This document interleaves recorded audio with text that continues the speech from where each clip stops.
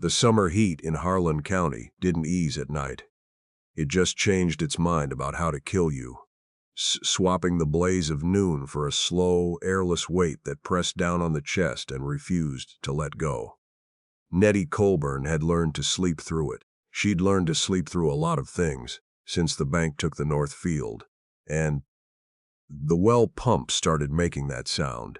The kind of sound that meant something expensive was about to stop working entirely. She had 2 children, a roof that held in 3 out of 4 corners, and exactly $14 folded inside her late husband's Bible. She did not count blessings out loud anymore. She just counted what she had and tried not to look at the difference. It was her daughter who found him. May was 9, barefoot, and had gone out before dawn to check on the chickens, a chore she'd claimed as her own after her older brother Reuben decided his dignity was at stake. She came back inside with her face white as soap and her hands held out in front of her, like she'd forgotten what to do with them. "Mama," she said, "there's a man behind the barn. He's not moving right." Nettie was already pulling on her boots. He was crumpled against the back wall of the barn, where the shade started at sunup. Half sitting, half slumped, one hand pressed flat against his side and the other wrapped around the fence post like it was the only thing keeping him attached to the earth. His face was gray beneath a week's worth of beard. His shirt was torn along the left side, and the cloth there had gone dark and stiff. She didn't scream, didn't call for Reuben. She just knelt beside him in the dirt and pressed 2 fingers to the side of his throat slow. "But there, May," she said, "get the water. Get the clean rags from the kitchen shelf, the high one, and don't touch the ones under the sink. Is he dead?" "Not yet," Nettie said.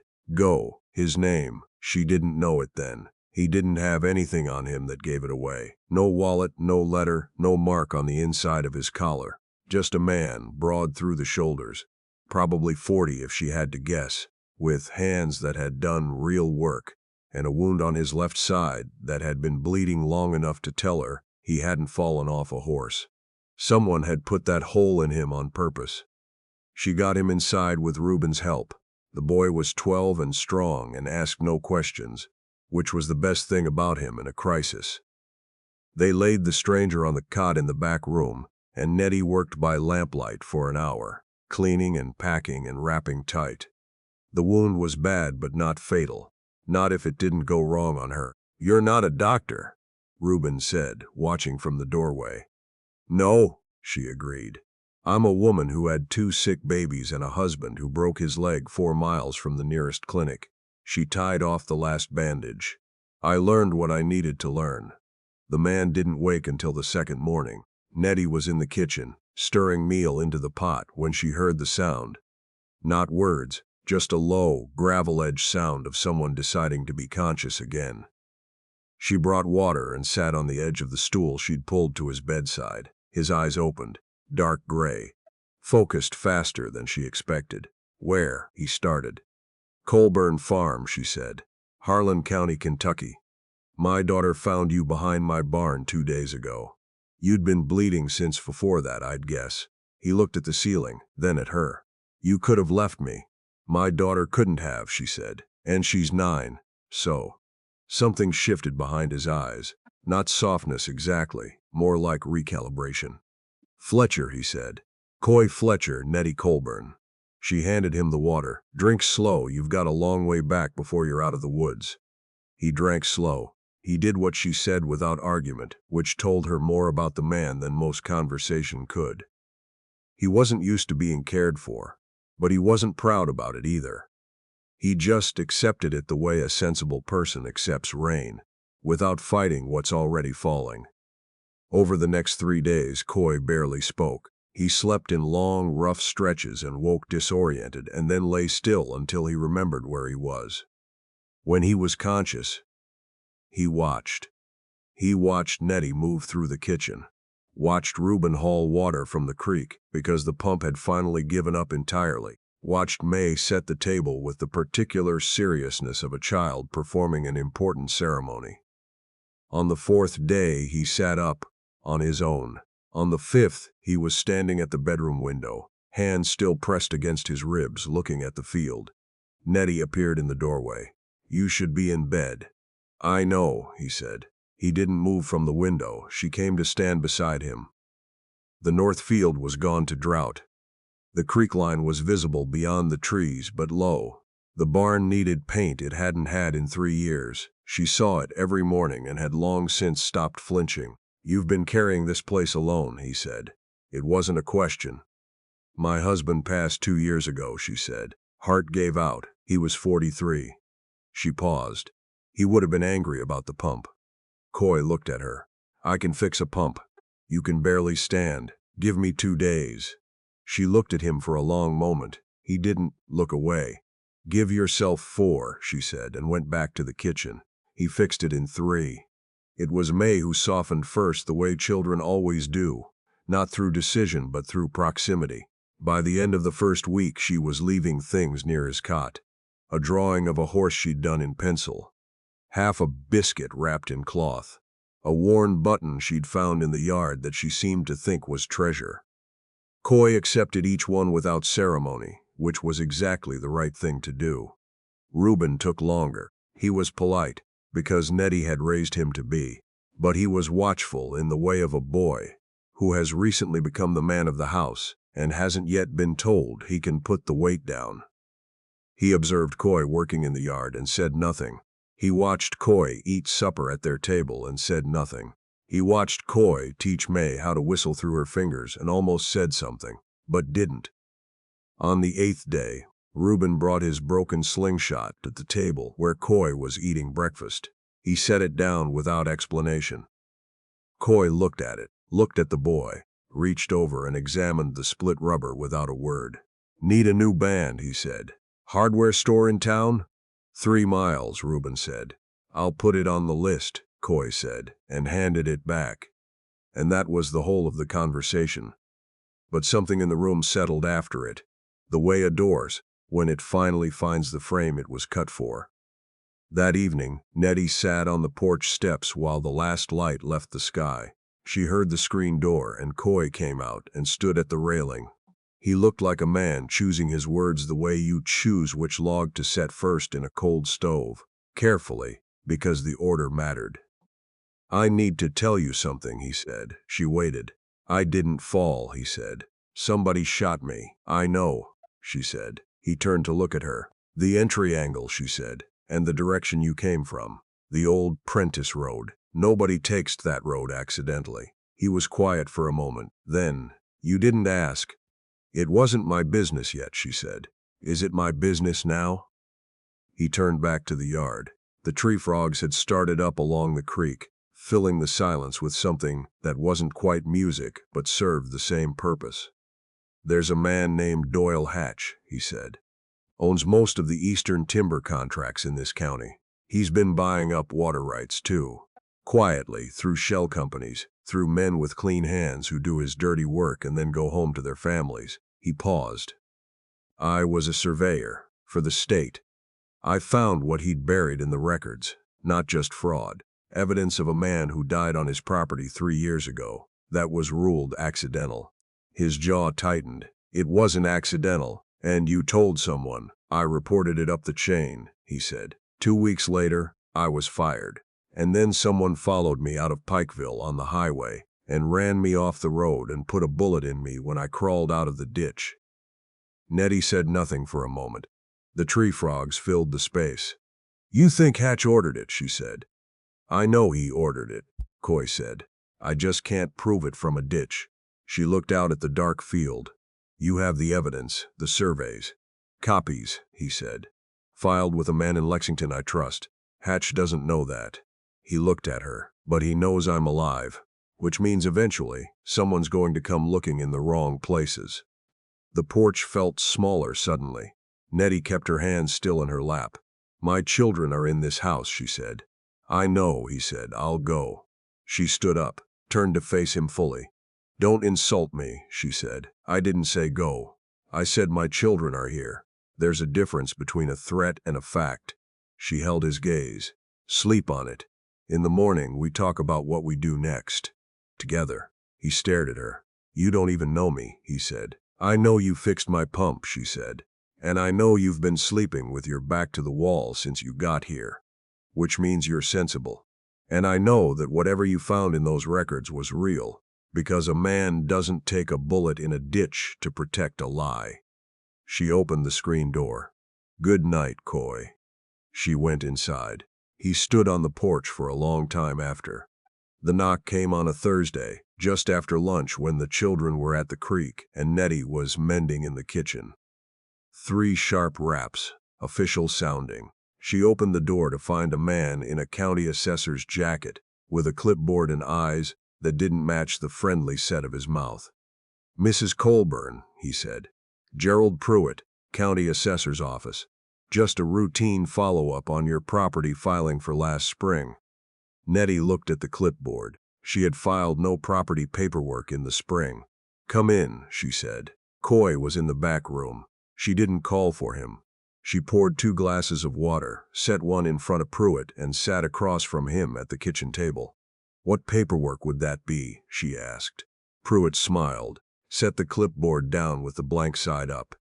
"There's been a question raised about the eastern boundary of your property, where it meets the old Barker Creek easement. That boundary was settled in 1947, Nettie said. "My father-in-law filed the deed himself." "Yes, well, that deed may have some inconsistencies that need to be addressed." Pruitt folded his hands. His eyes traveled, just briefly, to the hallway. "You been having any visitors lately, Mrs. Colburn? Somebody passing through, maybe?" She kept her face perfectly still. "My brother-in-law came through last month," she said. "He's a plumber. Fixed the pump." Right. Pruitt wrote nothing on his clipboard. "And no one else? No strangers in the area?" "Some folks reported seeing someone on the Prentice Road a couple weeks back." "People drive the Prentice Road," she said. "It's a road." He smiled again, the same smile. "Of course. Well, I'll leave you to it, Mrs. Colburn. We may need you to come in and sign some paperwork downtown next week, just to clear things up." "I'll need to bring my lawyer," she said. The smile changed just slightly. "Shouldn't be necessary." "I'll bring him anyway," she said pleasantly, and stood and showed Pruitt to the door. She waited until she heard his car pull away. Then she went to the back room. Coy was standing in the corner, away from the window, still and alert. "You heard," she said. "Every word," he said. "He was looking for me." "Yes," she said. "And now he knows I lied, which means he'll report back." She looked at him steadily. "So we have a small window, Nettie." "I said we," she said. "Now what do we need?" They planned it at the kitchen table after the children were asleep. Nettie's neighbor, a retired school teacher named Bess, who lived half a mile up the hill and had no love for Doyle Hatch or anyone connected to him, agreed to take May and Reuben for the week without asking more questions than she needed. Coy wrote a letter. 2 copies, one to his contact in Lexington, a former colleague named Paul who had already been watching the case. One to a woman at the state attorney's office in Frankfurt who had, 3 years ago, quietly tried to open an investigation into Hatch's land dealings before it was shut down from above. "Will they act?" Nettie asked. "Paul will," Coy said. "The woman in Frankfurt, her name's Rosalind. She's been waiting for more than she had. Now she'll have it. And Hatch?" Coy's expression didn't change. "He'll send someone first, before the letters land. That's how he operates. He moves fast when he thinks he's been cornered." "How do you know?" "Because that's what he did before," he said. "And because he's a man who's never been wrong. And men like that overreach when they feel the walls moving." She looked at him across the table. The lamp was low. Outside, the field was dark and still. "You sound like you've been studying him for a long time," she said. 2 years, he said, "since I found the first record."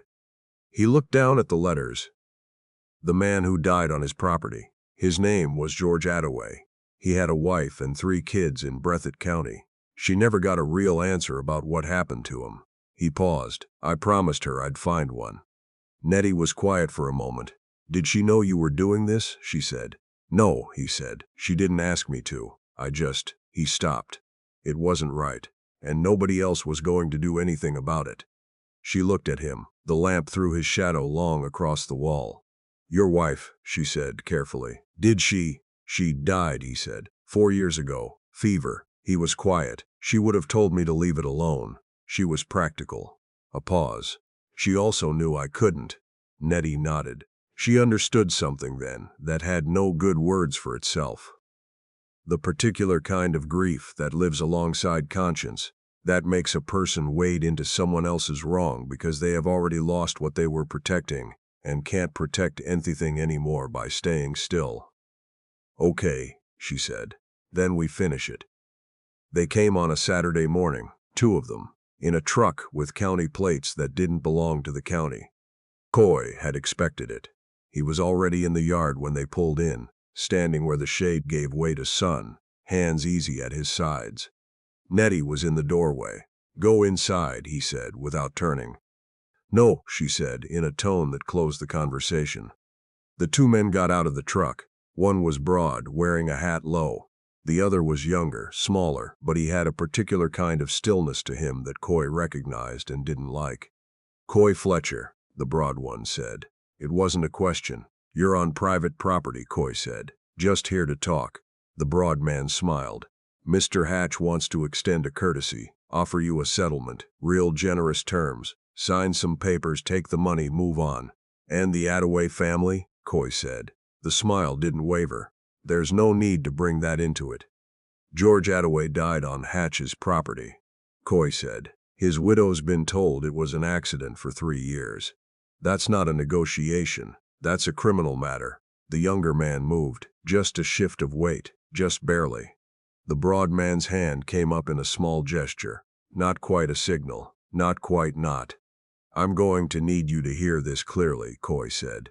His voice hadn't changed at all. "Those letters went out 2 days ago. State Attorney's Office has the evidence. My contact in Lexington has the originals in a safety deposit box. This doesn't end with me. If I take that settlement and disappear, those letters still land.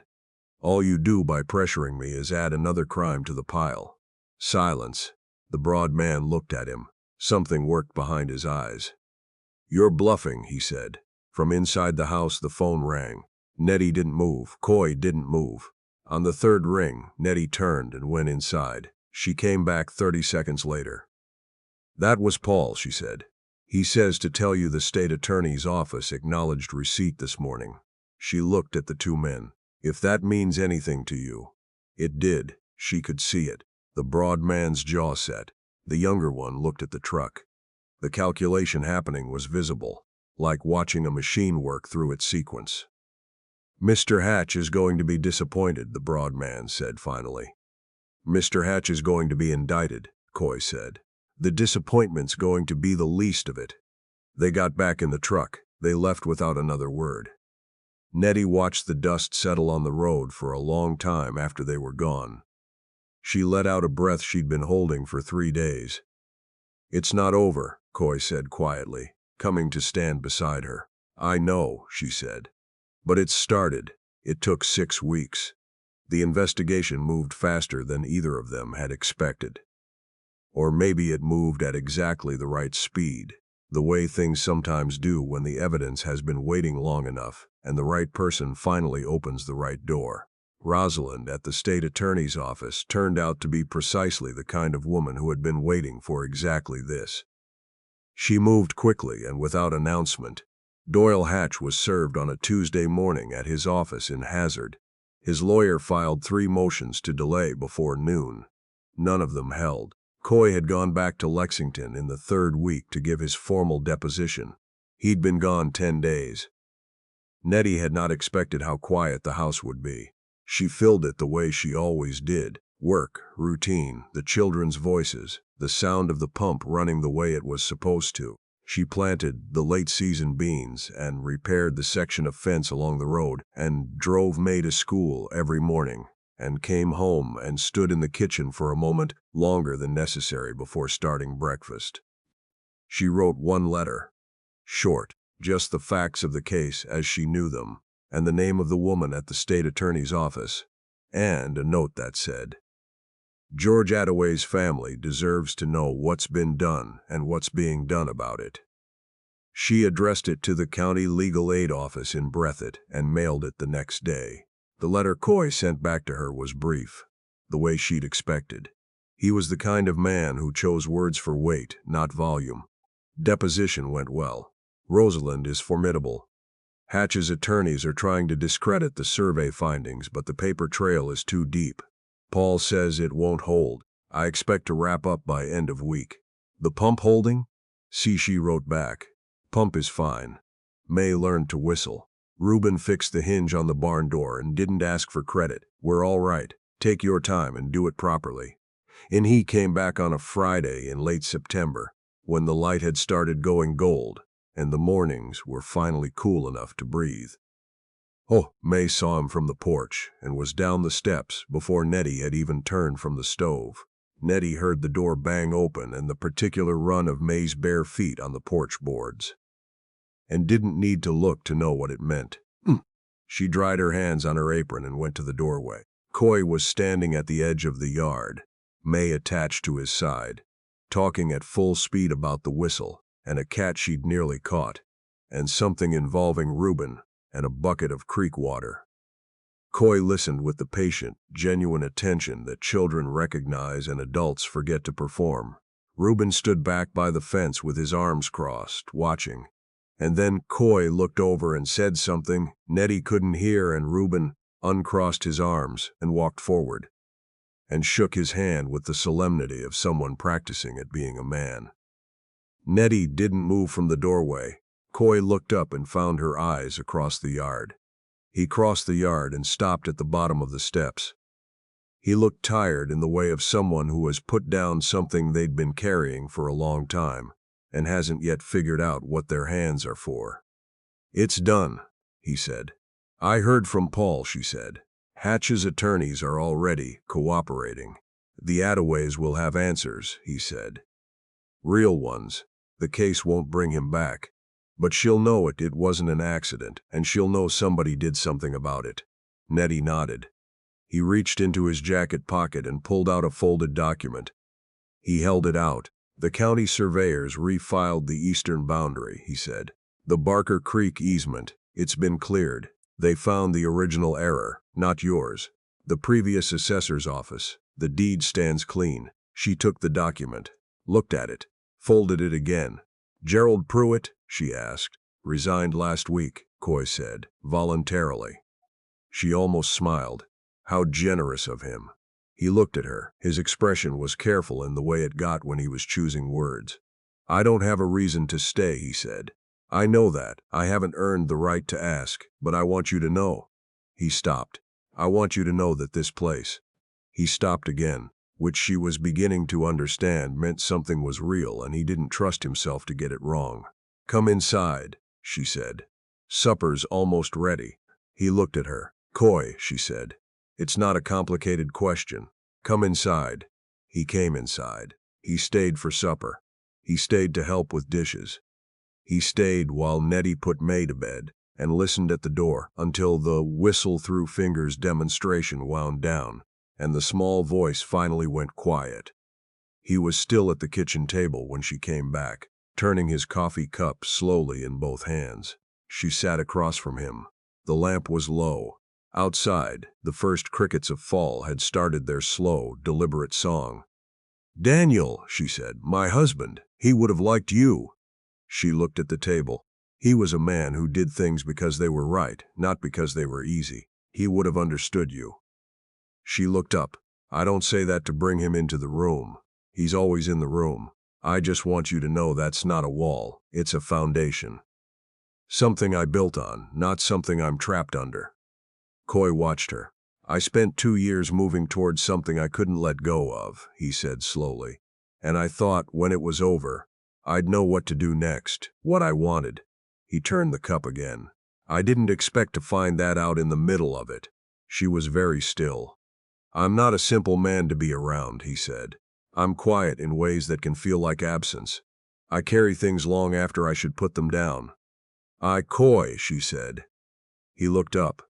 I have 2 children, a farm that needs more work than I can do alone, and exactly 1 functional pump, which you already fixed.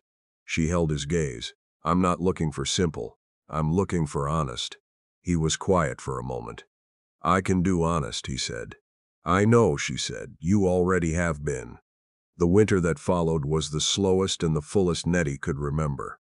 Coy didn't move in, not right away. He stayed at Bess's old hired-hand cabin up the road and came down in the mornings and worked alongside Reuben and ate supper with them in the evenings and left before dark.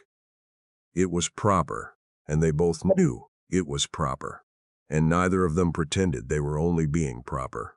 He taught Reuben to read a survey map, which turned the boy toward something he hadn't known he was interested in, and would change the entire direction of his adult life. Though none of them knew that yet, he helped May build a winter shelter for a stray cat that had finally allowed itself to be caught, which May named Admiral for reasons she could not explain and never tried to.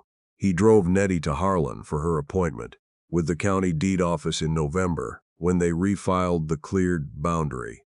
And afterward they sat in the diner on the main street and ate pie and talked for 2 hours about nothing in particular.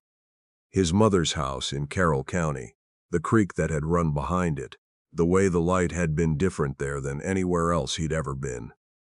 And when they drove home, the truck was warm, and the road was quiet, and Nettie's hand was resting on the seat between them, and his was beside it, and at some point, before they turned onto a road, they were touching, just lightly, the way two things do when they've finally settled into the space they were always going to share. He proposed in February, not with ceremony. They were in the barn, checking on a ewe that had been off her feed, and afterward he straightened up from crouching beside her and turned and said, with the same directness he brought to everything, "I'd like to marry you, Nettie, if you'd have me." She looked at him. "I'd have you," she said. They married in April, on the first Sunday after the ground softened. A minister from Harlan came up the road. Bess stood at Nettie's side, small and upright, and trying not to look pleased with herself.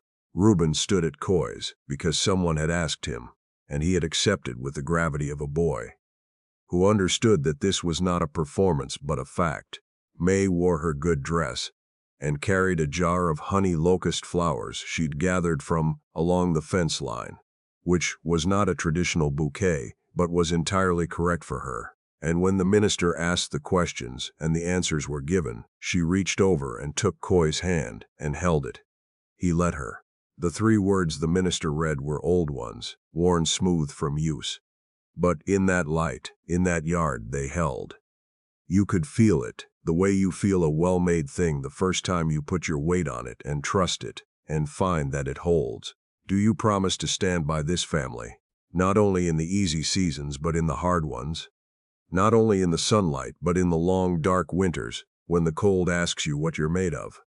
"I do," Coy said, and the field behind him stretched out green and soft in the April light, and somewhere in the barn the ewe had found her appetite again, and May was still holding his hand, and Reuben was standing straight, and Nettie said "I do" with the voice of a woman who has carried enough to know exactly what she's picking up and why. And the sun came over the tree line at exactly that moment, the way it sometimes does, as if the world had been listening. Some things don't announce themselves.